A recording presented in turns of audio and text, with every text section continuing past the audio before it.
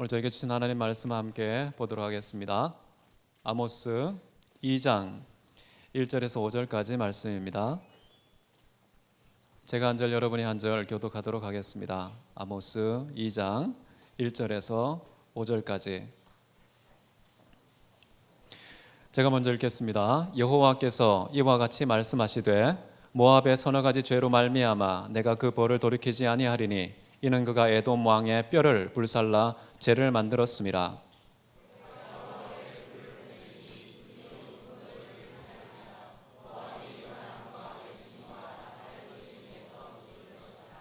내가 그 중에서 재판장을 멸하며 지도자들을 그와 함께 죽이리라. 여호와께서 말씀하시니라.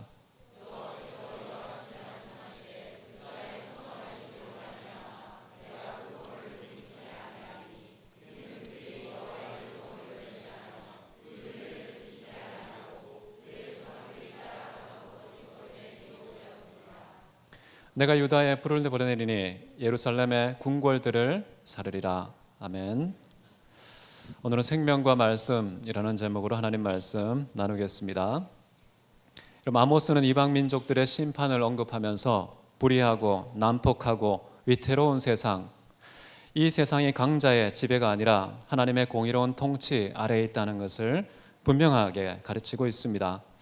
아모스의 증언을 우리가 믿는다면 비록 우리 눈에 펼쳐지는 현실은 때때로 소망이 없어 보이고 답답하지만 그러나 믿음의 눈으로 하나님의 의로운 통치를 응시하며 오늘을 기대하며 하나님과 동행하는 삶을 살아야 할 것입니다.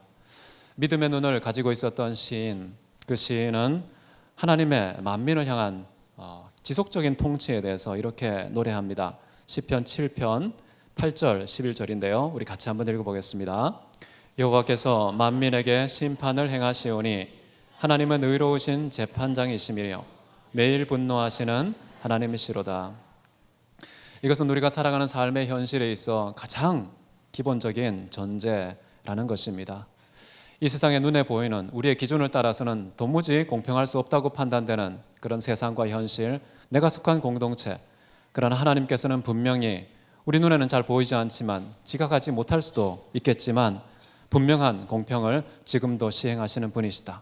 항상 매일 분노하시는 하나님, 심판하시는 그 하나님은 의로우신 재판장이 되신다. 이 사실을 믿지 않으면 우리가 하루도 마음 편하게 살아가지 못할 것입니다.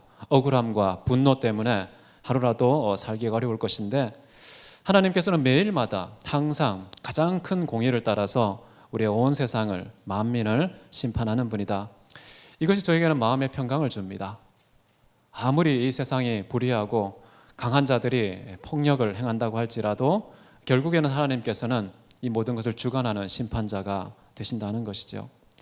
오늘 본문에는 모압과 유다의 범죄에 대한 하나님의 심판이 선언되고 있습니다. 먼저 모압의 죄는 무엇이고 그것에 상응하는 하나님의 공의로운 심판은 무엇인가? 1절을 한번 보십시오. 여호와께서 말씀하시되 모압의 서너 가지 죄로 말미암아 내가 그 벌을 돌이키지 아니하리니 이는 그가 에돔 왕의 뼈를 불살라 죄를 만들었음이라. 에돔 왕의 뼈를 불살라 죄를 만든 것이 모압의 죄였다라고 지적하고 있습니다. 여러분, 모압이라는 나라 참 사연과 여러 가지 얽힌 이야기가 많은데요. 무엇보다 이 모압이라는 나라를 생각할 때에는요, 룻이라는 여인이 있습니다. 엘리멜렉과 나오미 이 두 사람 사이에 이 말론 기련이라는 두 아들이 태어났었는데요. 그 두 아들 중에 말론의 며느리 아내죠. 그 사람이 바로 룻이었는데 룻은 바로 모압 여인이었습니다.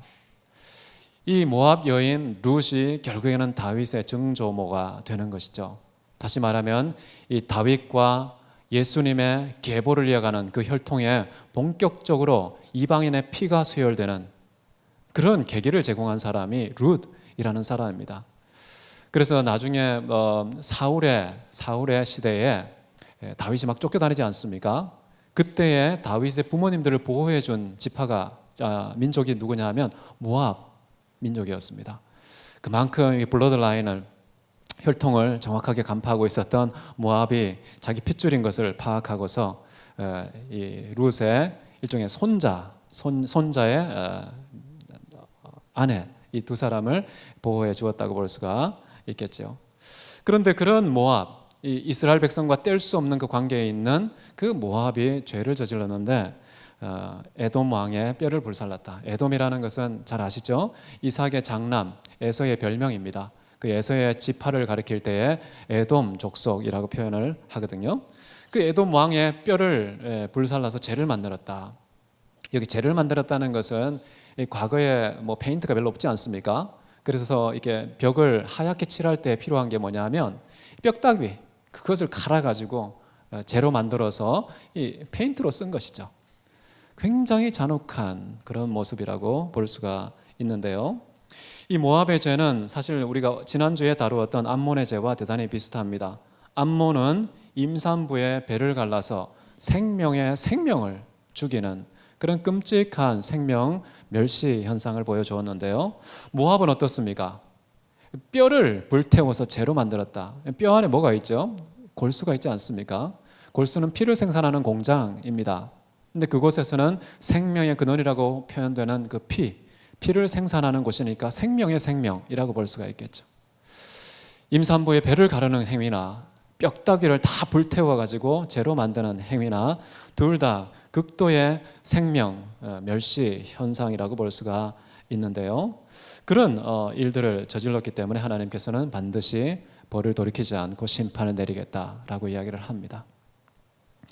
제가 이 말씀을 준비하면서 역사 속에서 이 생명을 멸시하는 그런 현상들을 쭉 살펴보니까요, 참 끔찍한 게 많습니다. 가장 끔찍한 것은 능지처참이라는 것인데요. 이 고대 시대 중국에도 있었고 한국에서 있었다라고 얘기를 합니다. 그것은 바로 뼈와 살을 발라내는 것이죠. 회 뜨듯이 갈라내는데 2박 3일 동안 무려 2만 번의 칼질을 통해서 아주 극도의 고통을 오랜 시간 지속하면서 사람을 죽이는 가장 끔찍한 그 형벌이라면 제도화되었다는 뜻이죠. 합법을 명분으로 삼아서 인간에게 정말 할 수 없는 잔혹한 그런 생명을 해하는 그런 일들이 있고, 부관 참시도 들어보셨죠? 이미 죽은 사람, 무덤에 묻혀 있는 사람을 다시 파내어서 목을 친다든지 끔찍한 일을 다시 저지르는 것을 부관 참시라고 합니다. 평형이라는 것도 있습니다. 끓는 물에 또는 기름에 사람을 집어넣어서 죽이는 그런 끔찍한 일들이죠. 이런 것들이 우리 역사 속에서 쭉 있었습니다. 지금도 어떤 곳에서는 있을 수 있을 가능성이 상당히 높은 것이죠. 이렇게 사람의 생명을 함부로 대하는 그런 일들이 단순히 그냥 사람의 숨통을 끊는 게 아니라요, 가장 잔혹한 방법을 고안해서 그렇게 사람을 제거하는 이런 것은 단순히 그 사람에게만 국한된 행동이 아니라 그 생명을 제공하신 그 하나님을 능멸하는, 하나님을 멸시하는 그런 행동이라고도 볼 수가 있겠습니다. 결국 하나님께서는 심판을 내리시되 모압이 요란함과 외침과 나팔 소리 중에서 죽을 것이다. 아마 싸움의 요란함, 죽음의 외침, 패배의 나팔 소리 같은 것 속에 전쟁의 패배자가 되고 모든 것이 멸망당하는 그런 의미를 이렇게 표현했을 것입니다. 어쨌든 그리옷이라는 그 땅이 결국에는 초토화될 것이라는 것을 말씀하고 하나님의 공정한 심판이 모압에게 이루어질 것이다 라고 얘기했습니다. 3절도 보시면 내가 그 중에 전파장을 멸하며 지도자들을 그와 함께 죽이리라 여호와께서 말씀하시니라. 모압이라는 나라는 결국 기원전 586년도 유다가 멸망할 때 그 이후로는 기록이 없습니다. 아마 소멸되거나 다른 곳에 복속되어서 그 정체성을 다 상실했을 가능성을 추정하고 있는데요. 어쨌든 모압이라는 것은 실질적으로 생명을 경시하되 그 인간의 뼈다귀까지 재로 만들어서 아주 근원적인 생명을 제거하려고 하는 그런 잘못된 삶을 보였기 때문에 하나님의 심판이 임했다는 것이고요. 유다의 심판은 조금 결이 다른데 같은 맥락입니다. 이것도 생명과 관계된 것입니다. 오늘 제목이 생명과 말씀이죠. 생명과 말씀은 연동되어 있습니다. 실제로 눈에 보이는 표면적인 생명을 제거하는 것은 인간을 죽이는 것이겠죠. 그런데 인간을 생명답게 살도록 만드는 근거는 어디에 있습니까? 하나님의 말씀에 있죠. 떡으로만 사는 게 아니라 하나님의 말씀을 먹고 사는 게 진짜 인간답게 사는 인간 되는 것인데요. 그런 말씀을 대하는 태도가 유대인에게서 나타납니다. 이방인을 통해서는 정말 물리적인 폭력, 잔혹함 이런 것을 통해서 생명을 경시하지만 유대인들은 그 생명의 근원이 되는 말씀에 대한 태도를 통해서 생명을 경시하는, 멸시하는 그런 태도가 마치 동전의 양면처럼 이방인과 유대인이 함께 똑같은 내용을 보여주고 있다고 볼 수 있습니다. 4절을 보십시오. 여호와께서 이와 같이 말씀하시되 유다의 서너 가지 죄로 말미암아 내가 그 벌을 돌이키지 아니하리니 이는 그들이 여호와의 율법을 멸시하며 그 율례를 지키지 아니하고 그의 조상들을 따라가던 거짓 것에 미혹되었기 때문이다 라고 이야기를 하고 있습니다. 이 부분이 굉장히 저는 중요하다고 생각을 하는데요. 하나님의 말씀을 멸시하는 것, 그리고 행위로 지키지 않음으로 하나님 말씀을 무시하는 것, 이런 행동이 택함받은 유대인들의 범죄였다라고 얘기합니다. 지금 8개 민족에 대해서 하나님께서 어떤 죄를 저질렀고 또 그 죄에 대해 상응하는 형벌은 무엇인지 쭉 열거하고 있는데요. 지금까지 열거된 내용들을 쭉 살펴보면 거의 같은 내용입니다.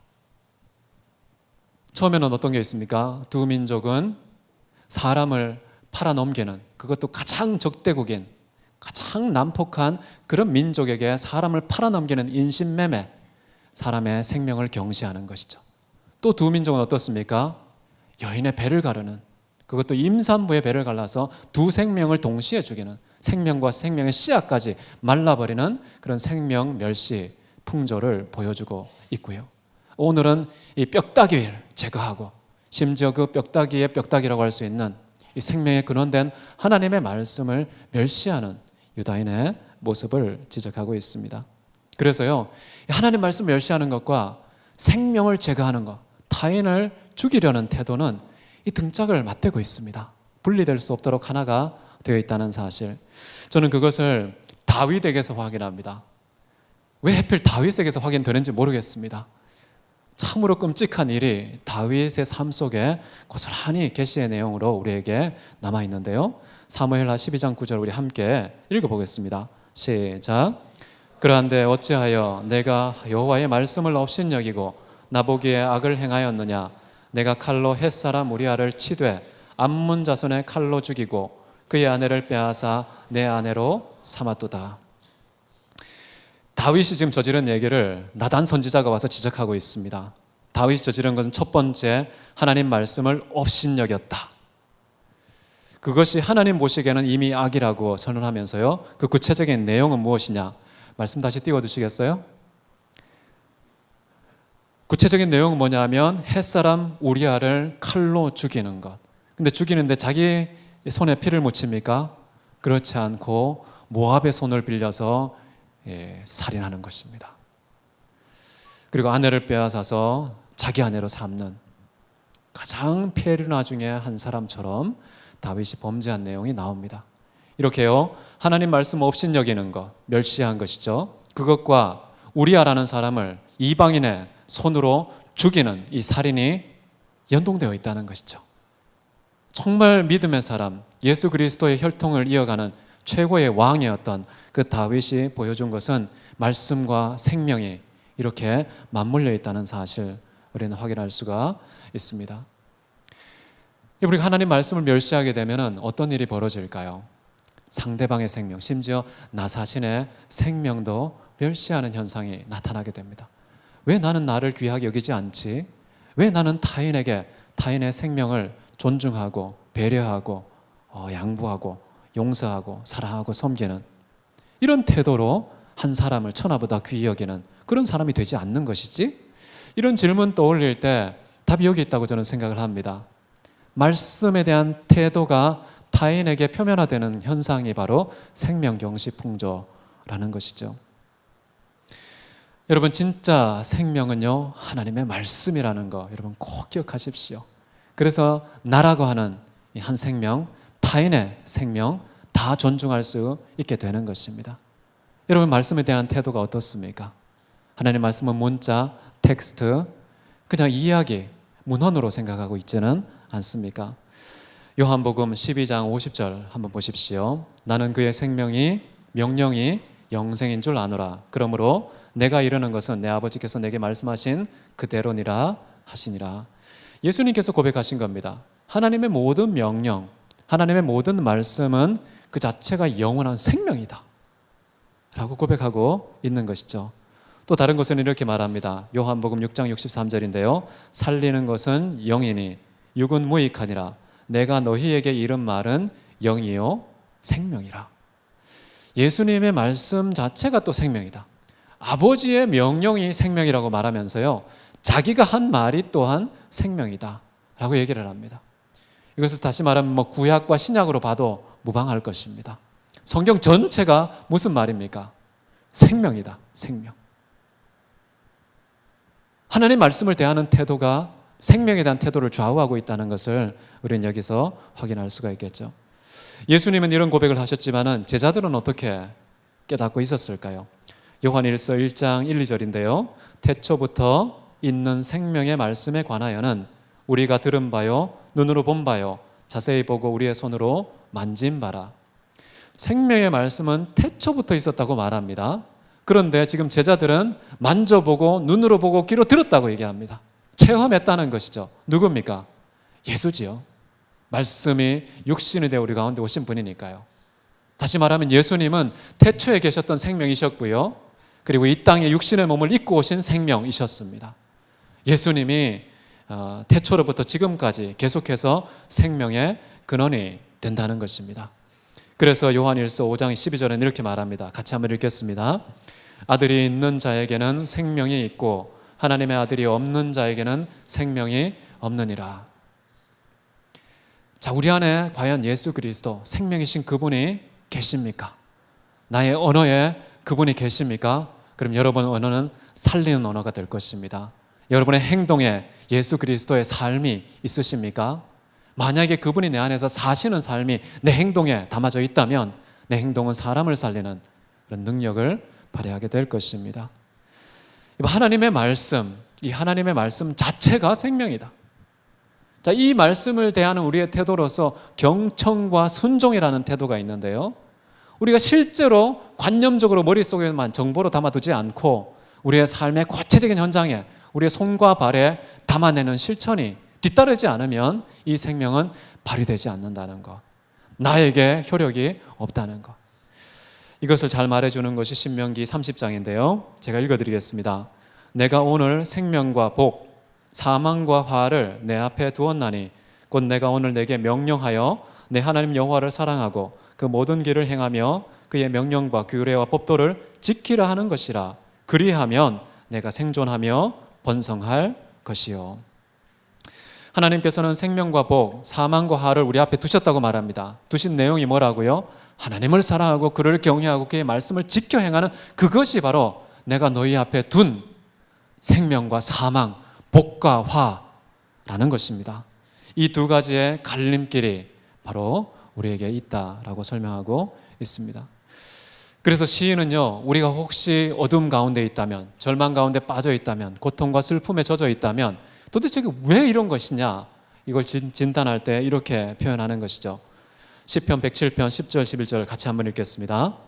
사람이 흑암과 사망의 그늘에 앉으며 곤고와 쇠사슬에 매임은 하나님의 말씀을 거역하며 지존자의 뜻을 멸시함이라. 아주 근원적인 진단입니다. 눈에 보이는 가시적인 것에 그냥 외모로 판단한 것이 아니라요, 그 심층을 뚫고 본질이 무엇인지 더듬어서 파악된 결과가 결국에는 하나님의 말씀을 멸시했구나, 그 말씀에 순종하지 않았구나. 유다의 죄가 무엇입니까? 유다의 죄는 하나님 말씀 듣지 않은 것, 그리고 지켜 행하지 않은 것, 그것이 바로 유다의 죄였다고 지금 말씀하고 있는 것이죠. 그 다음 마지막에는 뭐라고 나옵니까? 세 번째 유다의 죄는요, 결국에 조상들이 따라갔던 그 거짓 것에 미혹되었다. 이것도 죄라고 얘기합니다. 왜 거짓 것에 미혹이 될까요? 그 이유와 원인이 무엇입니까? 간단하죠? 거짓이 무엇입니까? 거짓은요, 실체가 있는 게 아니라요, 진짜 진리의 없음입니다. 그렇지 않습니까? 악은 무엇이라고 말씀을 드렸나요? 선의 없음 아닙니까? 어둠은 무엇입니까? 빛의 없음입니다. 하나님 말씀 듣지 않으니까, 하나님 말씀 지키지 않으니까 그 빈자리 뭐가 채웁니까? 어둠이 채우는 것이죠. 저주가 채우는 것이죠. 악이 채우는 것입니다. 사망이 채우는 것입니다. 생명의 말씀, 진리의 말씀, 빛의 말씀, 소망의 말씀, 그 말씀을 듣지 않으니까, 그 말씀을 우리 인생에 담아내지 않으니까 우리 인생의 그릇에 무엇이 담깁니까?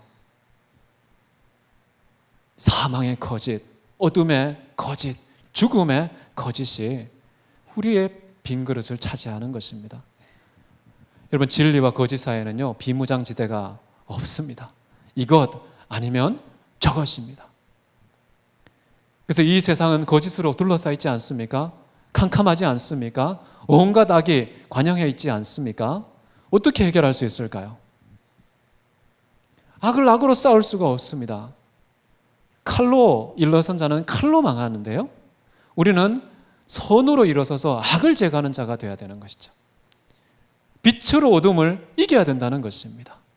절망을 소망으로 이겨내야 된다는 것입니다. 기독교의 해법은 좀 다르죠.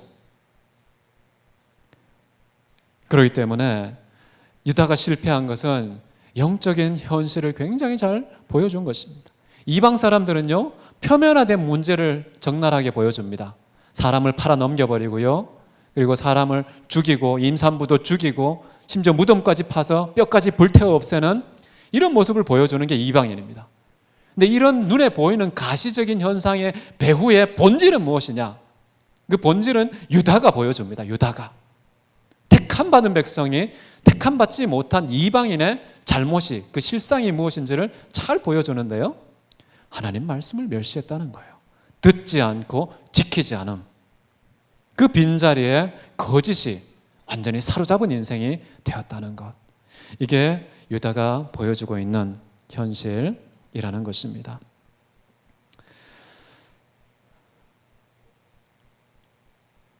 저는 이런 것이 우리가 받아야 될 교훈 중에 굉장히 중요한데요. 과연 우리 교회는 어떤가? 또는 나 자신, 하나님의 자녀라고 하는 나 자신은 과연 어떤가? 여러분은 무엇으로 채워져 있습니까? 교회는 무엇으로 채워져 있습니까? 여러분, 진리를 계속해서 말하시기 바랍니다.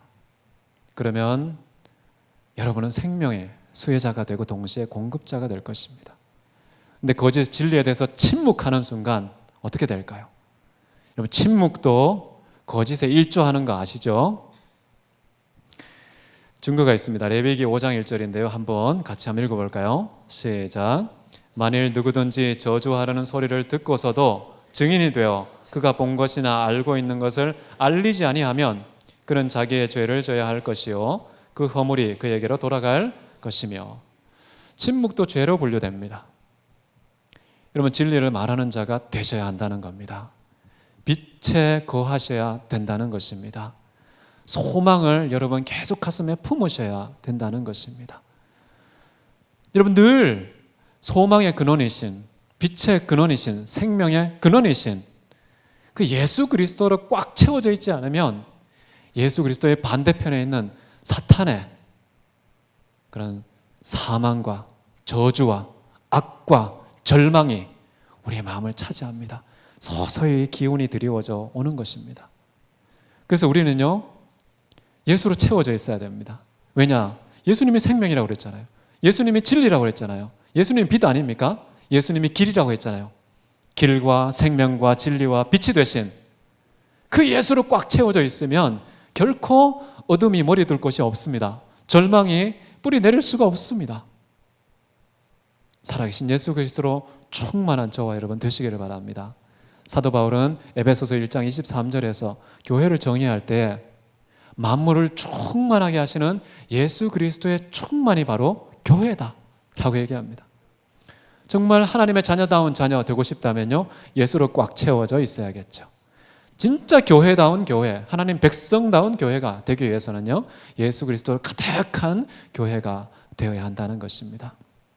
이스라엘 백성들은 그것에 실패했다는 것이죠. 그래서 우리는 항상 예수님으로 채워져서 예수님을 증명하고 보여주는 우리 교회가 되면 좋겠습니다. 자, 오늘 말씀을 정리하겠습니다. 너무 빨리 정리하나요? 정리가 본문만큼 길면 어떡하죠? 그럴 리가 있겠습니까? 우리 지금까지 7개의 민족들이 무슨 죄를 저질렀고 어떤 심판을 받는지 얘기를 나누었는데요. 이방인이나 유대인이나 그 죄를 평가하고 심판을 내릴 때의 기준은 같을까요? 다를까요? 똑같습니다. 하나님께서는요, 이방인이든지 유대인이든지요, 죄를 범하면 형벌을 주시고요, 선을 행하면 보상해 주십니다. 우리 교회는 괜찮아. 아니요. 죄 지으면요, 세상하고 똑같습니다. 어쩌면 하나님께서 더 강한 심판을 내릴 수 있습니다. 왜냐? 받은 게 많거든요. 받은 게 많은 자에게는 하나님 찾으시는 것도 많습니다. 이방 사람들은 예수님을 몰라서 그랬다지만 우리는 어떻습니까? 알고도 저질렀잖아요. 그래서 똑같은 죄라 할지라도요, 그 배후의 동기는 천지차이입니다. 그래서 여러분은 죄를 지으면요, 훨씬 더 심각한 하나님의 형벌이 있다, 이렇게 생각하십시오. 알고도 행치 않은 종은 많이 맞는다. 비 오는 날에 먼지가 나도록 맞는다를 이미 성경에 그렇게 표현해 놨습니다. 알고도 행치 않으면 더 많이 맞는다. 이게 예수님의 말씀입니다. 저는 교회 현상을 보면서 세상 사람들은 무슨 잘못 저지르면 사회가 이렇게 막 떠들썩하지 않잖아요. 그런데 교회의 장로가 잘못하면, 목사가 잘못하면 어떻습니까? 세상이 난리가 나잖아요. 이게 정상적이라고 생각합니다. 마땅히 그래야 된다고 생각을 해요. 유대인들 중에서도요, 구약에서 백성이 죄를 지었을 때는요, 그냥 비둘기 잡아서 해결합니다. 근데 제사장이 잘못하잖아요. 선지자가 잘못하잖아요. 어떻게 해야 됩니까? 소를 잡아야 됩니다. 소를. 경중이 달라요. 똑같은 죄를 저질러도. 우리 하나님의 백성입니다. 그의 자녀라고요. 그런데도 죄를 저질렀다. 하나님을 알면서도 죄를 졌다. 고의성이 다분하지 않습니까? 몰랐다니까 착각과 실수가 아니라 알고서도 짓는 자범죄가 우리에게는 있다는 것이죠. 그렇기 때문에 더 두렵고 떨어야 한다는 것입니다. 이런 사실을 바울은 로마서에서 참 잘 지적했는데요. 이거 읽고 마치겠습니다. 로마서 2장 9절 10절인데요. 같이 한 목소리로 읽겠습니다. 시작. 악을 행하는 각 사람의 영에는 환난과 공고가 있으리니 먼저는 유대인에게요, 그리고 헬라인에게며 선을 행하는 각 사람에게는 영광과 존귀와 평강이 있으리니 먼저는 유대인에게요, 그리고 헬라인에게라. 선이든지 악이든지 공고든지 영광이든지 누가 먼저 표본이 된다는 것입니까? 하나님의 백성이 표본이 됩니다. 그 다음은 헬라인이고요. 하나님의 교회가 정말 하나님이 함께 하심으로 영광과 존귀와 평강을 나타내는 곳이어야 되지 않겠습니까? 이 세상에 그것을 수혈하는 공급자가 되어야 하지 않겠습니까? 우리 개개인은 어떻습니까? 여러분이 속한 가정에서, 직장에서, 학교에서, 어떤 공동체든지 여러분이 몸담고 출입하는 모든 곳은 바로 이 하나님이 나와 함께 하시고 선을 행하는 자가 되어서 영광과 존귀와 평강을 전달하는 그런 삶을 살고 계십니까? 피드백을 우리가 늘 받잖아요. 사람들이 나를 뭐라고 얘기하는지, 어떤 반응을 보이는지를 보면 내가 어떻게 살고 있구나를 알 수 있잖아요. 딴 사람 공격하지 마십시오. 딴 사람에게 탓하지 마시고 딴 사람에게 죄를 전가하지 마십시오. 내가 하나님과 승부하십시오. 그래서 나도 복을 받고 주변에 있는 사람들이 변화가 일어나고 복을 받는 역사가 나로 말미암아 일어나도록 그런 하나님의 사람이 돼야 되지 않겠습니까? 저희 교회도 마찬가지입니다. 여러분 각자 개개인 때문에 교회가 흥왕케 되어야 되겠습니다. 여러분 집안도, 우리 대한민국도, 우리 대학교회 때문에, 우리 각자, 우리 공동체 때문에 정말 하나님께서 결코 심판의 칼을 뽑지 않으시고 긍휼히 여기시고 불쌍히 여기시고 평강과 명예와 하나님의 놀라운 축복을 부어주시는 그런 근거로 대학교에 우리 모든 성도 되시기를 주님의 이름으로 축원합니다. 다 같이 기도하시겠습니다. 이 시간 기도할 때 우리 다 같이 한 목소리로 합심 기도하면 좋겠습니다. 하나님, 저는 한 생명을 멸시하고 있지는 않습니까? 영생의 말씀을 멸시하고 있지는 않습니까? 우리는 하나님을 어떻게 이해하고 어떻게 대하고 있습니까? 주님, 하나님 앞에 함부로 하나님을 멸시하는 다윗과 같은 그런 범죄를 저지르지 않게 하옵소서. 주야로 하나님 말씀을 묵상했던 다윗도 넘어지는데 우리는 얼마나 약한지 주님의 도우심과 붙드심 없이는 한순간도 살아갈 수 없습니다. 주님 불쌍히 여기시고 긍휼을 베풀어 주옵소서. 나로 말미암아 생명이, 영원한 생명이 나타나게 하시고 수많은 사람들이 그 생명의 수혜자가 될 수 있도록 사용해 주옵소서. 대학교에 그렇게 사용해 주옵소서. 우리 함께 기도하겠습니다. 사랑이 많으신 하나님 아버지 감사합니다. 주님, 저희가 하나님 앞에 범죄한 자로서 어떠한 삶을 살아야 하는지 두렵고 떨림으로 주님을 바라보게 하시고 하나님을 경외하는 자가 되게 하시고 주택 참된 경배와 찬미 제사드리며 아버지 하나님께 나아가는 저희들이 될 수 있도록 우리 주 하나님 역사해 주시기를 간절히 소원합니다. 아버지 도우시고 인도해 주시옵소서. 주님 축복해 주시옵소서. 하나님의 영광이 임하는 아름다운 교회 되게 도와주시고 주님의 평강과 주의 생명과 우리 아버지 하나님의 영광이 임하는 공동체가 되기 원하며 우리 개개인이 될 수 있도록 주님 역사해 주시기를 간절히.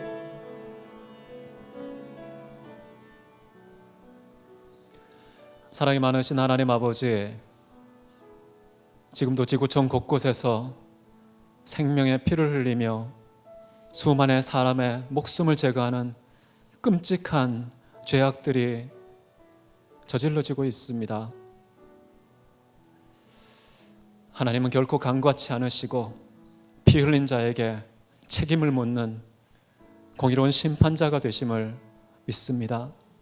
아무리 답답하고 억울한 상황이 편들진다 할지라도 그 하나님이 계시기에 우리의 마음에 평강과 안식이 있게 하옵소서. 생명의 근원된 하나님의 말씀을 대하는 백성들의 태도는 어떠해야 되는지 함께 나누었습니다. 주님, 하나님 말씀을 말씀답게 대우하는 저희들 되게 도와주시옵소서. 하나님 말씀 받을 때 심히 두렵고 떨었던 모세의 태도처럼 말씀을 받는 지성소에서 생명을 걸고 주 앞에 두렵고 떨림으로 말씀을 대하였던 대제사장처럼 우리도 하나님의 말씀을 경외하는 자 되게 도와주시고 경청하며 순종하는 말씀의 사람들 다 될 수 있도록 축복해 주옵소서. 이런 삶을 통하여서 주님 영광과 존귀와 평강의 수혜자가 되기를 원합니다. 이 세상에 그것을 공급하여서 대립과 갈등과 온갖 증오와 분노를 종식시키는 하나님의 종들이 되게 도와주시옵소서. 내가 가는 가정마다, 내가 가는 직장마다, 내가 머무는 학교마다 어떤 곳이든지 그 하나님의 나라가 이 땅에 접지하는 통로가 되게 도와주시기를 원합니다. 그런 우리 개인과 교회 공동체로 사용하시고 영광 받으실 주님 찬송하오며 살아계신 예수 그리스도 이름으로 기도했습니다. 아멘.